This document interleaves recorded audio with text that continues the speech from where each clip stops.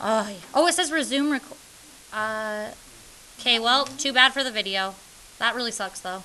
You use the upper half and then in the YouTube you just chunk it together. That makes sense? You can do that? Yeah. Okay, I'll have to figure it out.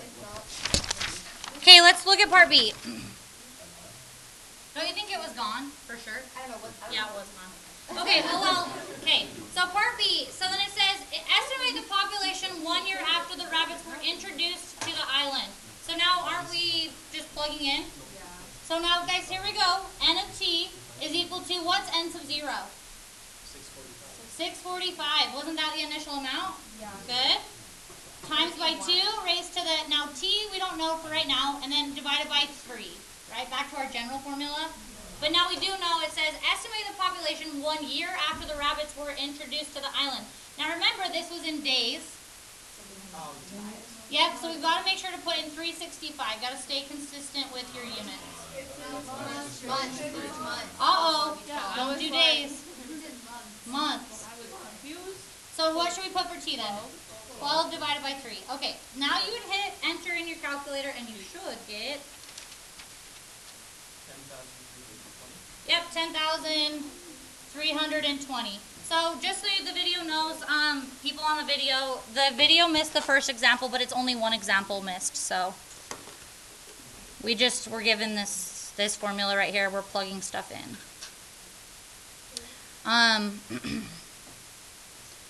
Okay, sketch a rough graph of the rabbit population. Let me just show you how detailed you'd have to be. Not super detailed. Now here is the equation here. Right here's the general equation. So you would make an XY chart, XY. Now it adds times 0 how many rabbits? 645. Isn't that the initial value? Alright, so at 0 we're up here at 645, so you just say that's 645, and then doesn't it just grow exponentially after that? Yeah. Well, exponentials look like this, so if we're starting here it's just going to go up exponentially, right? Now, what would be my x-axis? What's our input? Time, isn't time input, isn't x input. So instead of x, I'm going to write, this is the time. And then what's output? Population of rabbits. Okay, good. So, population. Okay. Yeah. I'm not that worried about it, where it says sketch a rough graph. The more detailed you are, the better the brownie points you get. Okay, just for my quick, this will take 2 seconds, sorry, third hour, we just got to hurry and I want everyone to hurry and write down the formulas on the video. Write down that formula video and that's all you need. I know, we got to go back. Here, push pause on the video right now and write down what each of these things mean, and then it's literally just a plug and chug problem. So you can push pause and look at my example here, and it's pretty straightforward, right guys? Yeah. Right? Yeah. Okay, alright, perfect. And if you're from second hour, you're not allowed to watch this. Just kidding. I'm kidding. Alright, just kidding. Okay. Alright. Our next formula. N of t is equal to n sub 0 times e raised to the rt. So n sub 0 is the initial size, r is the relative rate of growth, and t is the time. So now notice this one is, you're going to see the keywords relative growth rate. This is the formula that you'll use. So it's not necessarily doubling, but it's relative rate of growth. So this one has, instead of it's doubling every so much time, this gives you a percentage. R is rate. So we know that we have to write decimals as percents.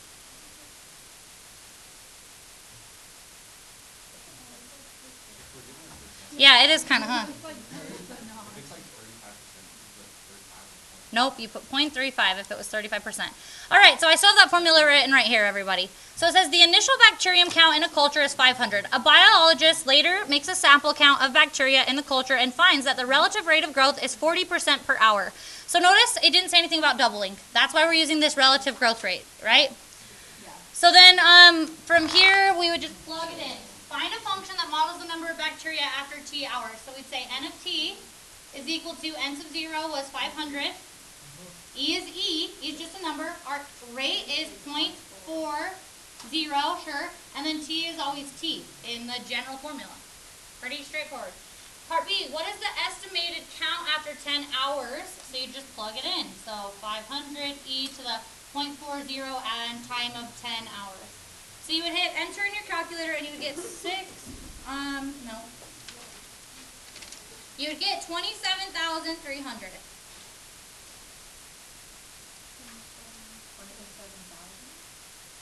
Yeah. Oh, 27,300 bacteria.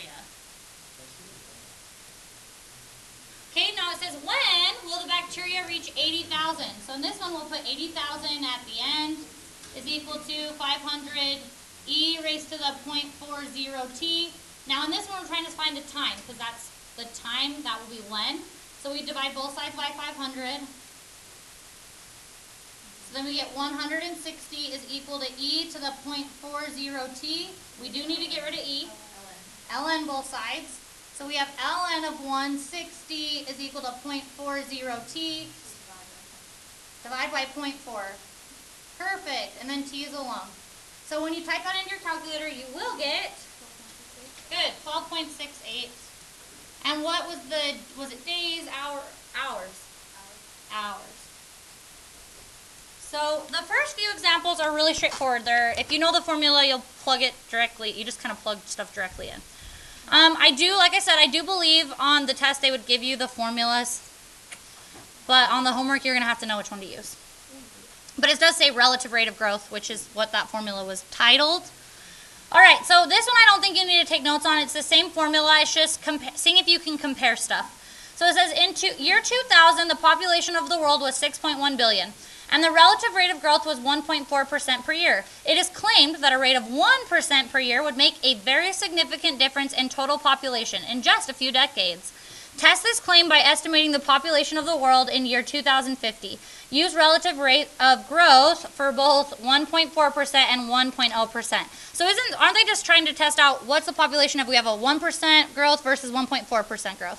So you just plug it in. You say, okay, so n of t is equal to, our initial amount is 6.1 billion, E is E, our rate is 0.014, that would be 1.4%, wouldn't it? And then how much time has gone by? Are they testing? 50 years, right? They started at 2000, 50 years later, they want to know. So you would type that into your calculator and you would get 12.3, and it's obviously in billion, since this was in billion.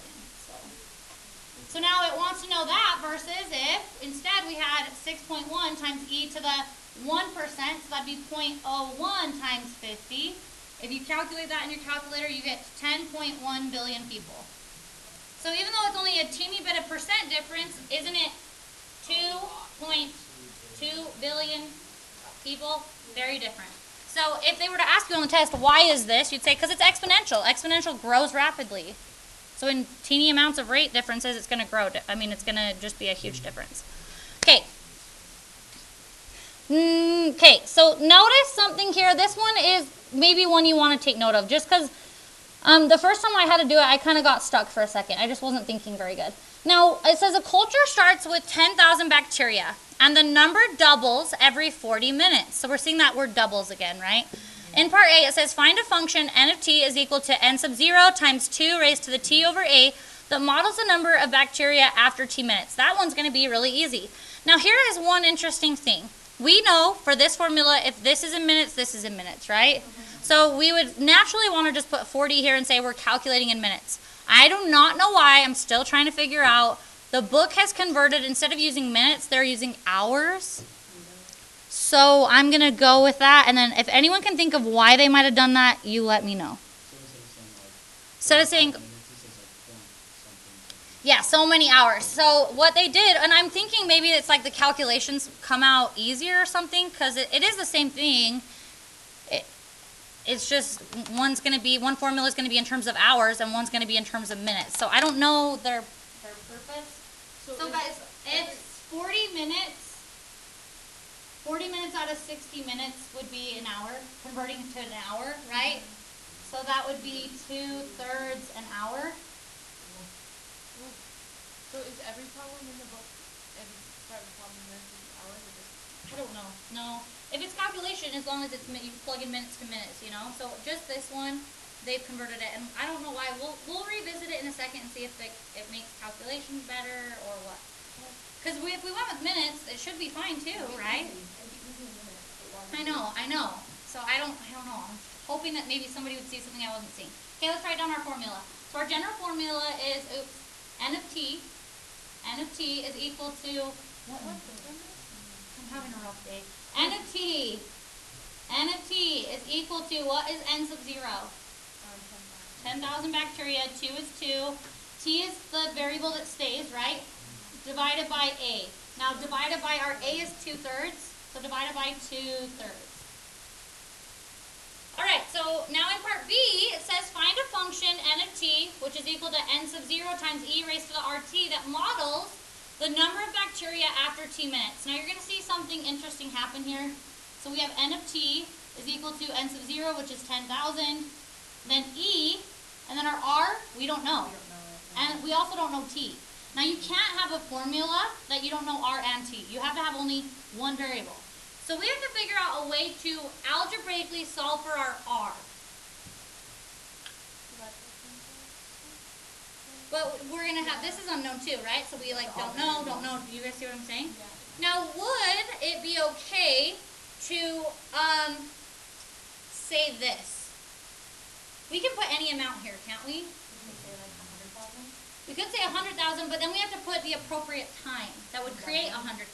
So what would be an easier thing to put over here? We can't do 10,000.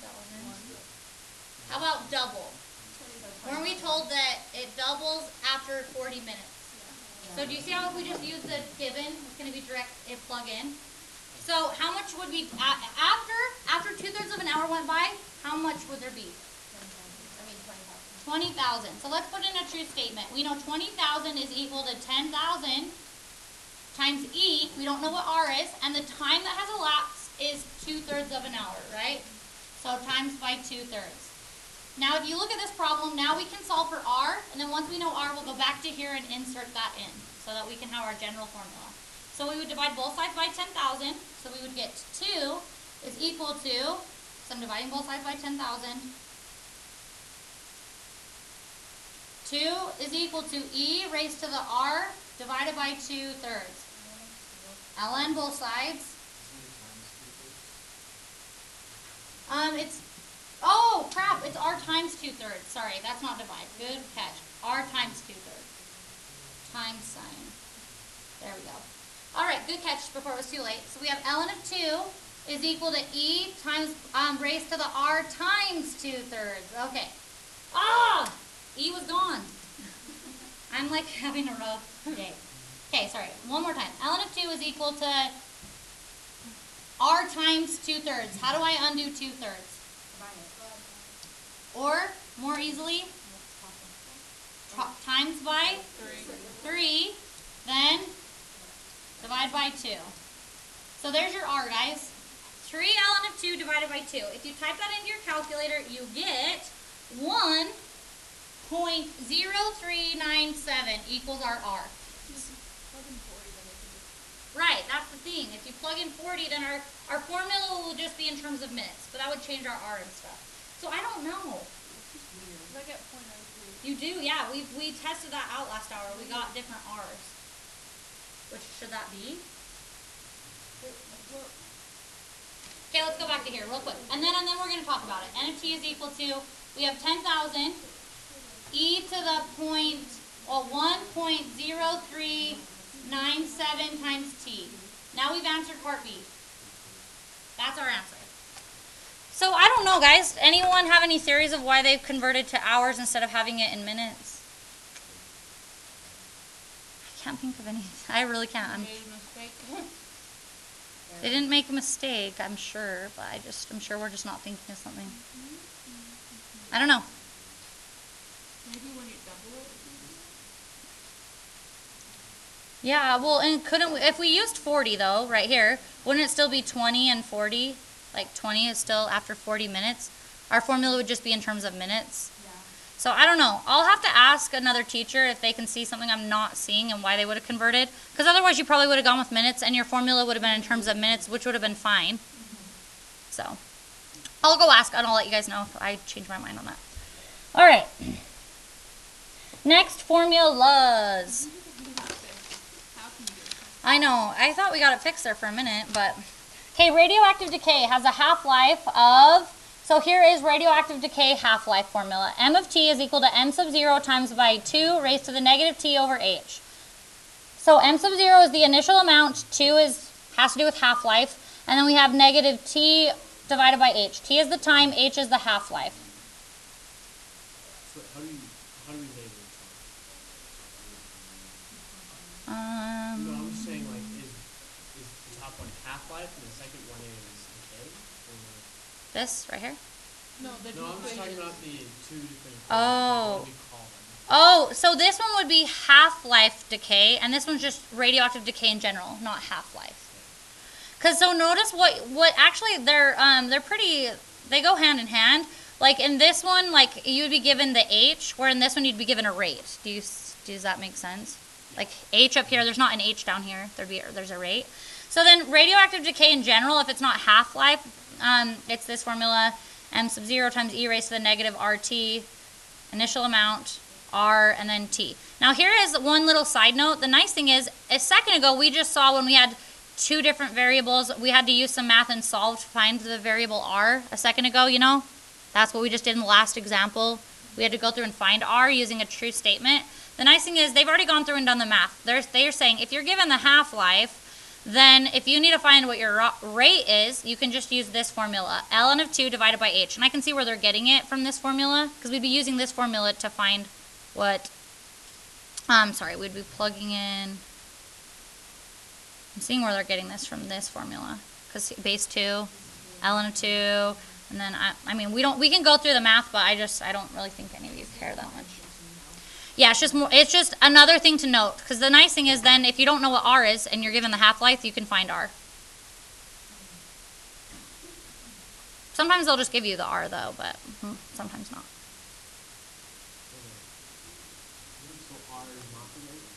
No, R is the rate, but like let's say I gave you a problem that only told you the half-life, you couldn't put in rate. You wouldn't know what the rate is. Couldn't we just use the... We could use the top one, but let's say they asked you to use this one. Does that make kind of sense? Okay. All right. So is it... Okay. Do you guys have those written down? Yeah. Okay. Here we go. So you'll see an example of both. Yeah. Plutonium-210 has a half-life of 140 days. Suppose a sample of this substance has a mass of 300 milligrams. Find a function that models the mass remaining after T days. So it tells us which formula to plug it into. Initial value would be 300. Good. M of T is equal to 300. 2 is 2, right? T is always T, so raised to the negative T, and then H is my half-life. So divided by 140. We only have one unknown. All good. Moving on to part B.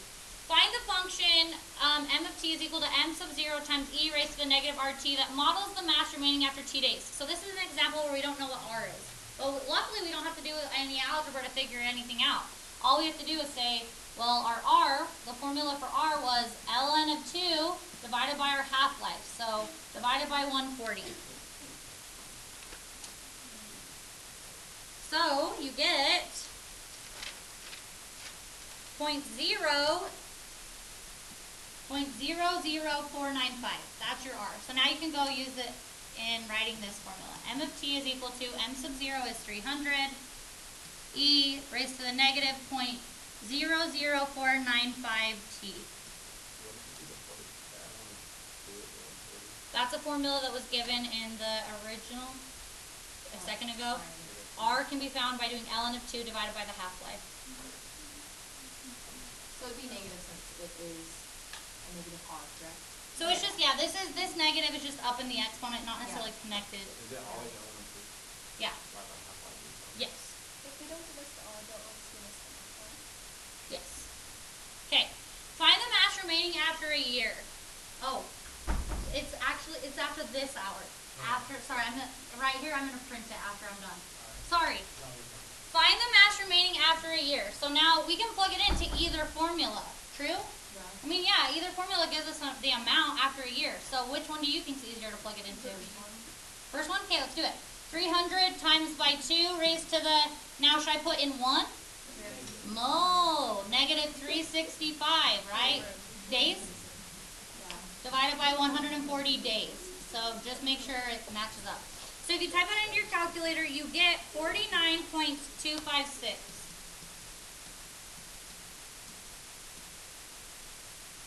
Now it says right here, how long will it take for the sample to decay to a mass of 200 milligrams?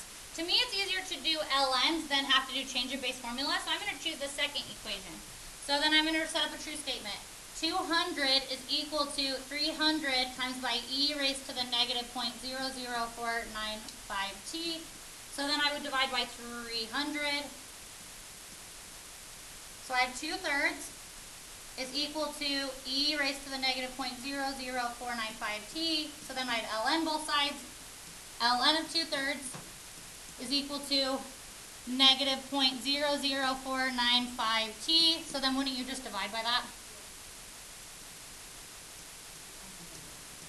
So the time it takes to decay to 200 is 81.9 days. So, yeah, you really are just plugging stuff in. That's a good point. I think, but I don't write the test, so I don't know. But I do believe that they would. Yeah, I really do think that they would. So, write this next formula down. Newton's law of cooling.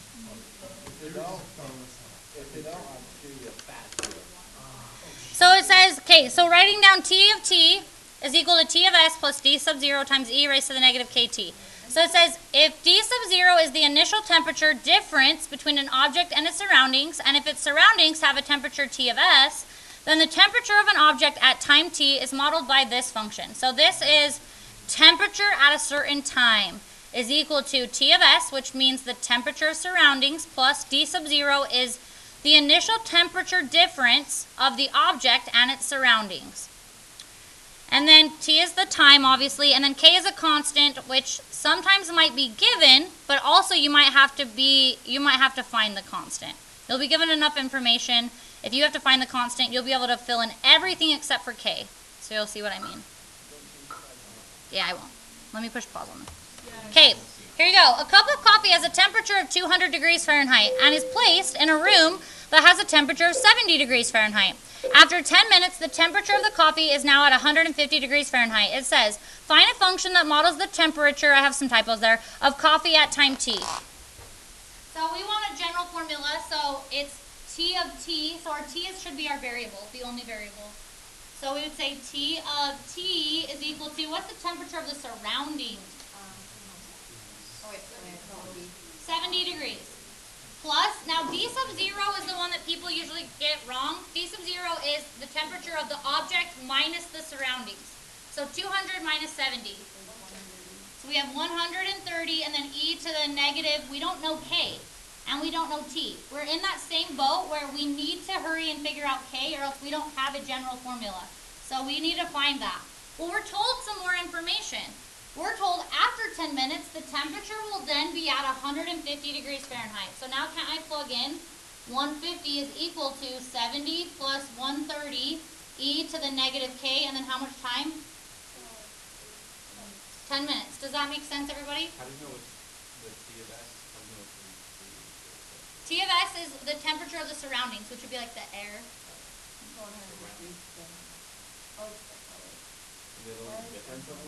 The difference of the object and the surroundings. Okay, you guys see what I did? I just plugged in the one known, the sentence we know. So now from there, solve for K. So we subtract 70. So we have 80 is equal to 130 e to the negative K times 10. Then we divide by 130. So we have 8 over 13 equals e to the negative K times 10. So we'd ln both sides. ln of 8/13 is equal to negative K times 10. We're trying to get K alone. So let's hit 2 birds with one stone. Divide by negative 10. So then you would type in ln of 8/13 divided by negative 10, and you get 0.0485.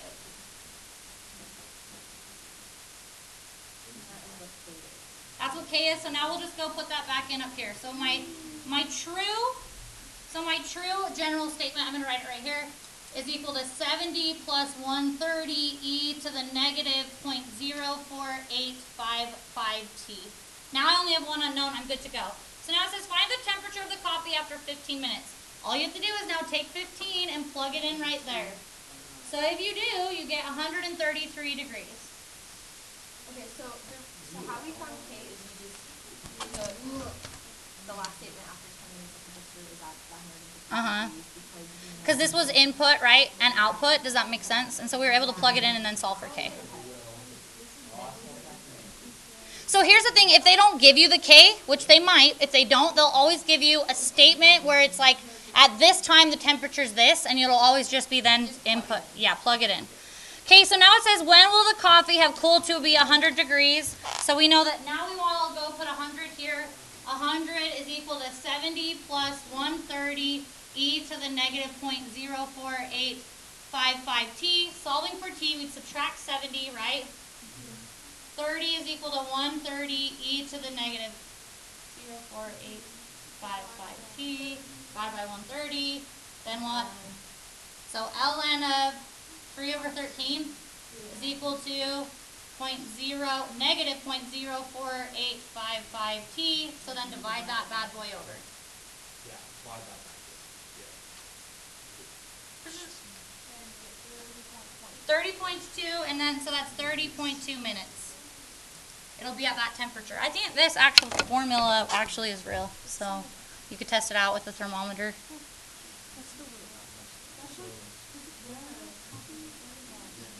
My mind is blown scientifically though, but Yeah. mathematically I get it, but because boiling doesn't reach a higher temperature than like 812 degrees or something. Oh, really? Yeah. Oh, well that's dumb. Yeah, they should have come up with a more realistic example then. Next formulas. pH is equal to negative log of H plus. Let's keep pushing through, guys. I know it's a lot. We gotta keep going. So pH is equal to negative log of H plus. This formula is the easiest one, I would say. So pH is pH acidity level. And it's like how acidic it is on the pH scale, apparently, for you chemists out there. And H plus, people are like, well, what's with the plus? That just means hydrogen. So concentration of hydrogen ions. That's just one variable. And then here is our logarithm formula. Fun fact for you, the book does not give this logarithm formula. I could see the math behind their logarithmic formula, which comes out to be mathematically equivalent to mine. This is just more detailed, so I'm going to give you this one. So M1 minus M2 is equal to log of I1 over I2. So this says magnitude 1 minus magnitude 2 is equal to log of intensity 1 divided by intensity 2. So this has to do with logarithm magnitude of earthquakes.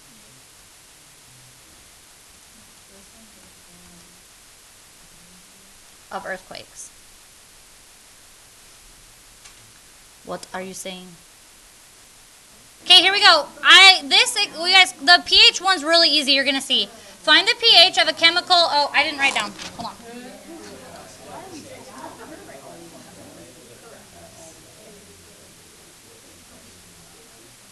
Okay, so it says find the pH of a chemical that has a concentration of hydrogen ions of 3.16 times 10 to the negative 8. You have to know. Most of you don't have a calculator that has capabilities to do scientific notation. So you have to know how to rewrite this in its original number. So just a reminder, what you do is you take 3.16 and you take the decimal and it says move it in the negative direction 8 places. So starting here, 1, 2, 3, 4, 5, 6, 7, 8. That is 7 zeros. Those are equivalent statements. So when you do it, can you just add, like, subtract 1 of them and then add that many zeros? Yep. So pH is equal to negative log of that decimal, 0.00000000316. I'm going to miss all the problems. And then you just type it right in. Type it right in, because it said what is the pH level. So you type it in, and you get 7.5. How do you type in the log? Do you put a negative subtract sign? Yeah, just a negative sign on this one would be what you would need to do.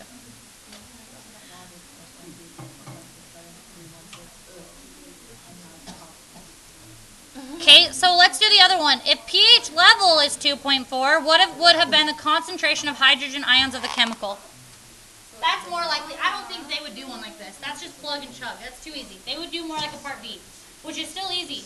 2.4 is equal to negative log of h plus. Aren't I just solving for h plus? Get log alone then. So, base 10? What do we need to do first? Oh, drive an angle. Yes, good. So we have negative 2.4, we divided both sides by negative 1, is equal to log of h plus. We literally have one last step. Base 10 now. Base 10 it. So then you type into your calculator 10 raised to the negative 2.4, and this is the decimal you get. 0.00398107117.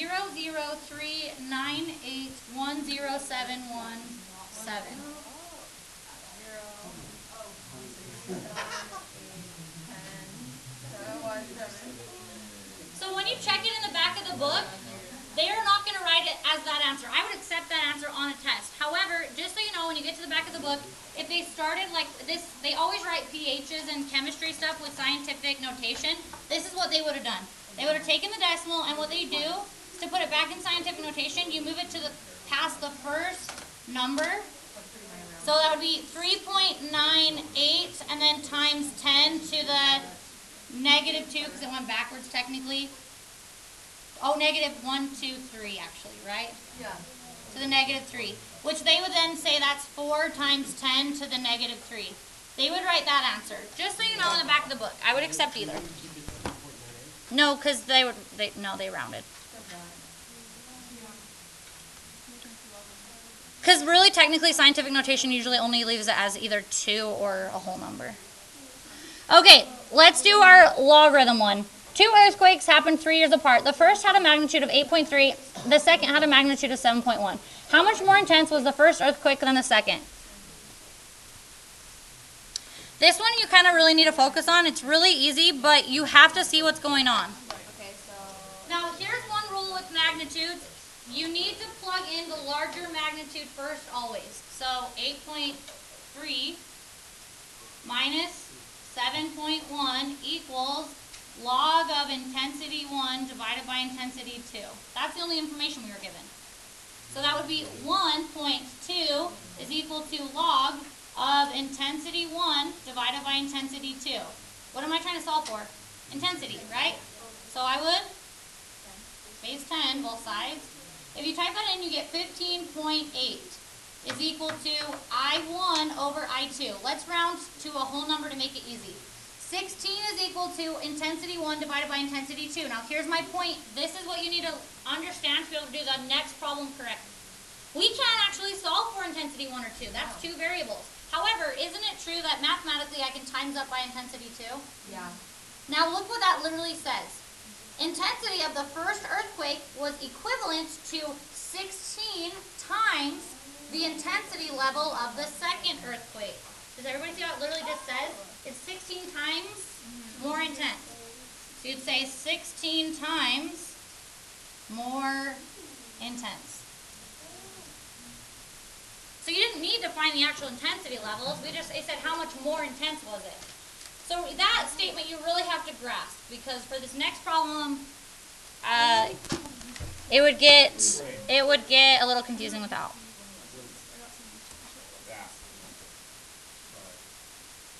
Okay, let's do this one. Then there's one last example, then we're done.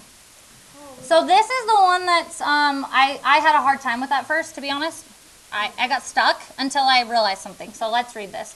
In 1906 in San Fran, there was an earthquake of 8.3 magnitude.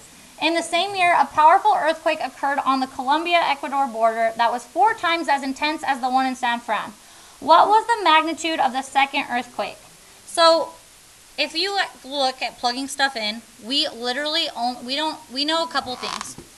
We know that magnitude 1 minus magnitude 2. We're trying to find one of the magnitudes. Which one will be larger because it needs to go first?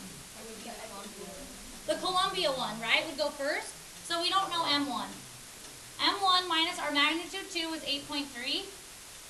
That's equal to log of, we don't know intensity 1 divided by intensity 2, do we? Right? Okay, now, what are we trying to find? Magnitude 1, aren't we? So, couldn't we base 10 both sides? Yes. So So now look what I have. Base 10 raised to the m1 minus 8.3 is equal to intensity 1 divided by intensity 2. Now why I got stuck was I'm like, well now what? But don't we times up by intensity 2 we saw a second ago. So what's my true statement? Intensity of the second earthquake is 10 raised to the m1 minus 8.3 equal to intensity 1. Now what were we told? The intensity of the second earthquake was 4 times as intense. Wouldn't this be the true statement? 4 times I2 equals I1? So look at this problem. What would be my true statement to be able to solve for M1 then? 10 to the m1 minus 8.3. Yep, 10 to the M1 minus 8.3 equals 4. Shouldn't this be 4 times the sec I2 equals I1? Look at that formula right there. 4I2 equals I1. This is I1 equals I2 times 10 raised to that. Shouldn't this be, we were told it was 4 times as intense? It should be equal to 40. These are equal because this is 4 times as intense.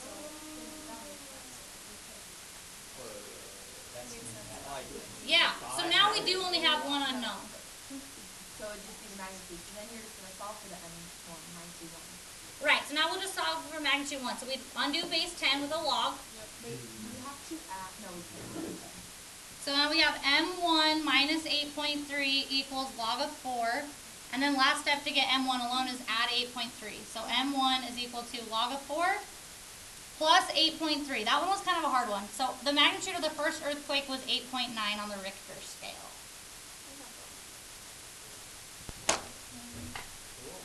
I think on the test they wouldn't give one that not straightforward. I think it would be more straightforward than that, personally. Okay, last example, and it's an easy one. One more formula to write down. Yeah. All right, so this is intensity level in decibels. So this B is equal to 10 log of I divided by I sub 0. B is the intensity level in decibels. It's equal to 10 log I is the intensity. And then I sub 0 is what they call a reference intensity, and it's always going to be 10 to the negative 12. So I don't see why they don't just write, instead of I sub 0, 10 to the negative 12, because it's always going to be, I sub 0 will, for this formula, always be 10 to the negative 12. So this formula is this. B is equal to 10 log of I divided by 10 to the negative 12, always. Okay, so let's read it. It says find the decibel intensity, so is that B or I? Am I finding B or I? B.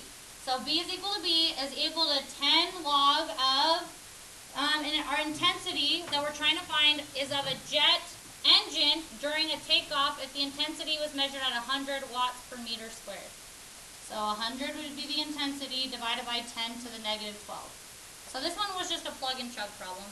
I think they'd probably give you this on the test, this one, and ask you to find this one. So when you solve it, You could literally, I think, just type it into your calculator. But you could move it up, and then you could type in 100 times 10 to the 12. That would work too.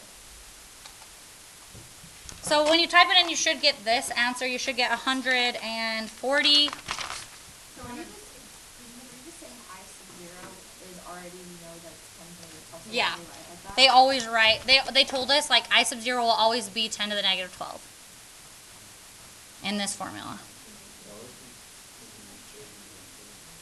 Okay, that's the end. The rest of the time is yours to work on homework. And you guys have more than any hour did, so be very happy.